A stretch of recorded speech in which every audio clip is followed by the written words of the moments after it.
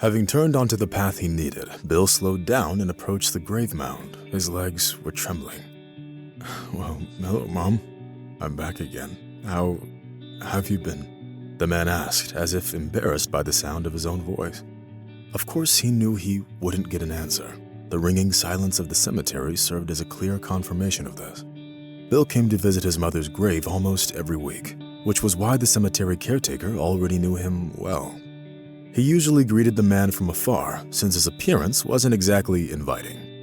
Unfortunately, Bill was homeless. Nevertheless, he didn't abuse alcohol and wasn't in any of the local street gangs. It's just that at a certain point, Bill's life hit a low point and had been going downhill ever since. It all started 2 years ago, after the death of his mother. At first, Bill was still trying to get his act together and change his life for the better. But no matter how hard he tried, never-ending problems kept driving him into a corner.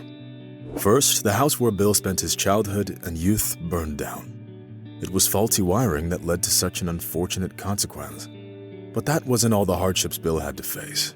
After he lost his house, he also lost his job. Even though Bill was just a loader and had nothing to do with the company going bankrupt, he still lost his job like everyone else. That was when Bill got depressed. When his mother was alive, she always helped him get through such periods in life, but now he was all alone with his fears and insecurities. Having become homeless, Bill didn't just start begging for alms. He was doing everything he could to earn an honest living. He collected cardboard, scrap metal, and other recyclables. He worked as an on-call loader at a construction base and also helped an elderly janitor for a small fee. Despite the fact that Bill's clothes looked old and shabby, the young homeless man made sure to always keep them clean. The man made sure that there was never any visible dirt on his simple attire and always kept himself clean. Bill went up to the headstone and touched it with his hand. He didn't even notice as tears started streaming down his face. The man never knew his father, and his mother had always been his only family, his closest person in the entire world. Priscilla Parker was a cautious and slightly withdrawn person, and therefore she chose to live her life as a recluse. The woman rarely went out in public, and if she did, it was only in case of an emergency. Anyone who knew Priscilla closely got the impression that she was always afraid of something, which they believed was the reason why she always looked around and shuddered at every rustle. Unfortunately, Bill could never unravel the mystery of his mother's behavior. And now that she died of cancer, it became simply impossible to do. Standing at his mother's grave, Bill thought back to the best moments of his life and felt sad. Allowing himself to feel his grief, the young man didn't hear the steps of a woman who came up from the fence and stopped behind him. Bill was about to wipe the tombstone with the rag when he heard a woman crying behind him. Startled, the man turned around sharply to see who was there. Bill was surprised to see a well-dressed woman in her 50s standing before him. She looked at the grave, pressing a handkerchief to her eyes, and wept softly. "Poor Priscilla. You couldn't escape your fate, could you?" the stranger said with a sob. At the mention of his mother's name, Bill tensed up visibly. This woman wasn't one of his late mother's friends, and therefore she attracted the man's interest. "Are you maybe in the wrong place, ma'am? I don't remember you being one of my mother's friends," Bill said cautiously. The woman standing in front of him turned pale, then covered her face with her hands and began to cry. Through the woman's muffled sobs, Bill could barely make out some very strange words. "Mom, she's not your mom. This is." "What's wrong? Are you feeling fine? Should I call for help?" Bill exclaimed, looking anxiously for the cemetery caretaker. But the woman seemed to be oblivious to the man's words and continued to cry and say something about how cruel Priscilla was and how she mistreated her. That was probably the last thing Bill expected to hear, and from a complete stranger too. The homeless man still couldn't understand the connection between his late mother and this crazy lady who came to her grave. Carefully taking the woman by the hand, Bill tried to seat her on the bench. He couldn't help but feel sorry for the strange woman, who must have made a mistake and was now crying at the wrong person's grave. When the woman calmed down a little, Bill decided to lead her to the exit and help her get on the bus. Suddenly, the stranger grabbed the man by the hand and whispered, "You're exactly how I imagined you, son." Bill shuddered and recoiled instinctively. "What? What did you say? Did you call me your son? I'm not your son. This is my mother's grave." Bill had never felt so awkward before in his life. This crazy woman didn't just come to some stranger's grave for some unknown reason, but was also calling random men her son. Meanwhile, the woman leaned back on the bench and closed her eyes tiredly. The whirlpool of thoughts in the woman's head moved her back to the time when she was young. Her name was Natalie O'Donnell. Back then, the woman from one of the provincial towns of Tennessee decided to move to New York after hearing all kinds of successful stories about it. The recent high school graduate believed that her life would change for the better in the metropolis, and that she would finally be able to forget her parental farm, which she hated with all of her heart. But when Natalie arrived in New York, finding her place in the sun wasn't nearly as easy as she'd hoped it would be. No one wanted to hire a young woman without any specific skill or work experience. It was only 3 days later that Natalie got lucky. She met Charlotte Barnes, who happened to be looking for a maid at the time. Being a widow who got a lot of money as an inheritance from her late husband, the woman had raised 2 sons who grew up spoiled and lazy. The eldest of Mrs. Barnes's son was named Ethan, and the youngest was Floyd. And even though Charlotte was a strong-willed and determined woman, her offspring didn't inherit those qualities from her. Having talked to Natalie, Mrs. Barnes approved her candidacy for the job. Frankly speaking, the woman was greedy, and therefore the low wage she would pay a maid with no experience became the main factor in favor of her employment. At the same time as Natalie, a cook named Priscilla started working at the Barnes house. She lived in Ohio and, like Natalie, moved to New York for big money. It was rumored that Priscilla was an orphan, and therefore moving to a new place was relatively easy for her. A friendship quickly developed between Priscilla and Natalie. Both of the young women grew up in provincial towns and often helped each other out in difficult times. As befits the help, they lived in the guest house and chatted and gossiped a lot in their free time. "Have you seen the way Floyd looks at you? I think he's in love with you," Priscilla said with a smile. Natalie's face flushed. "No, that's just your imagination. He's definitely not in love with me," the maid said. But the young cook knew what she was talking about, since she repeatedly noticed the way Floyd looked at Natalie, as if undressing her with his eyes. Priscilla's intuition didn't fail her, and a month later, a passionate relationship started between Floyd and Natalie. The young people felt the kind of passion that only exists when people are young and inexperienced. Of course, they tried to keep their relationship a secret and never showed their feelings in public. But every secret eventually comes to light. Natalie and Floyd were no exception. The turning point in their relationship was Natalie's pregnancy. This news had an effect of an icy shower on Floyd. "What do you mean, pregnant? How is that even possible? And what am I supposed to do now? My mom's gonna kill me." At the mention of Charlotte Barnes, Natalie's mood got even worse. The maid knew perfectly well that her boyfriend's mother would never let them have this baby. When Charlotte Barnes learned of what had happened, her indignation knew no bounds.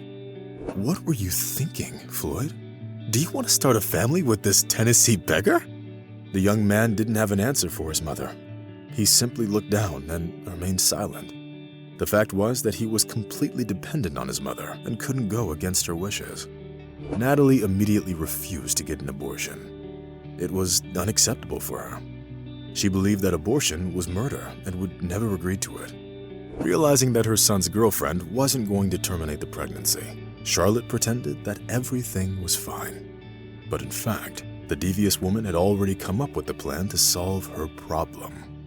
The woman thought of a rather radical solution to the issue of Natalie's baby.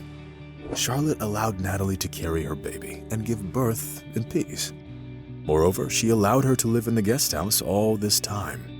Deep down, Natalie even started hoping that the woman would allow Floyd and Natalie to get married and would accept her grandson. It was Charlotte who advised Natalie to name her son Bill in honor of her late grandfather. The young mother truly believed that things were getting better, and even her relationship with Floyd seemed rather steady. But what happened next changed the situation completely. As she got up to feed little Billy in the middle of the night, Natalie saw that the crib was empty. When the woman started panicking and turned the entire guest house upside down, she realized that Priscilla had also disappeared, along with all of her belongings. Natalie couldn't know whether Priscilla's leaving had anything to do with the disappearance of her son, so she couldn't really blame the unfortunate cook for all of her problems. Moreover, Charlotte completely brushed off the situation. She made a surprised face and shook her head. "Well, if you can't keep track of your son, then what kind of mother are you? I don't think there's a place for you in our house. You should leave." Natalie rushed to Floyd with tears in her eyes, but he only shrugged his shoulders. The man didn't have any parental feelings, and therefore, the disappearance of his son had no effect on the man or his mental balance. Feeling desperate, Natalie tried to contact the police, but they only laughed at her. What the young woman didn't know was that Charlotte Barnes had already contacted the police and warned them that Natalie would come in. She also told them that Natalie was mentally unstable and had an alcohol abuse problem. Left without the support of her friend and fiancé, Natalie fell into depression. Moreover, Charlotte painted her out to have mental problems, and thus Natalie was forced to undergo compulsory treatment in a psychiatric clinic. When Natalie finally got out of there 3 years later, there was nothing she could do to find her son or Priscilla Parker. 25 years had passed since then, but Natalie never managed to locate her son or her friend. During this time, everyone's lives changed a lot. First, Floyd's older brother, Ethan, died in a car accident. Then, having lost the battle to a serious illness, Charlotte Barnes fell ill. But before her death, she reached out to Natalie. While on her deathbed, the woman spoke about what happened 25 years ago. According to Charlotte, it was she who forced Priscilla Parker to steal the baby and take refuge in one of the provincial towns of the United States. Being cruel and domineering, Charlotte strongly recommended that Priscilla leave the child in an orphanage and move to another part of the country. Listening to Mrs. Barnes's confession, Natalie couldn't believe her eyes. She simply couldn't comprehend how someone could be so cruel and get rid of their own grandson in such a vile way. By that time, Floyd had developed a drinking problem and turned into a rather pitiful shadow of a man. In fact, the Barnes family business was living out the last of its days. At first, Natalie felt incredibly angry with Mrs. Barnes and her son. But then the woman realized that the most important thing for her was the fate of her son, whom she spent years searching for. After a series of failures, the private detective she hired finally got on the trail of Priscilla Parker. Imagine Natalie's disappointment when she learned that the woman had died and was buried in the city cemetery of an old town in Ohio. Of course, Natalie couldn't help herself. She just had to come by to the city and pay a visit to her once friend who betrayed her and kidnapped her son. And now, looking at the young man standing by Priscilla's grave, Natalie realized that she accidentally found her own son. At first, Bill thought that the woman was just crazy. But when Natalie quickly told him the whole story from beginning to end, he felt uneasy. For so many years, he believed that Priscilla Parker was his mother, but it turned out she actually wasn't. It's hard to say what reasons prevented Priscilla from taking little Billy to the orphanage. It was rumored that she couldn't have children of her own. This fact had probably played a part in her decision to keep little Billy and raise him herself. Listening to the woman who introduced herself as his mother, Bill found himself in a state of profound shock. Life as he knew it was crumbling before his eyes.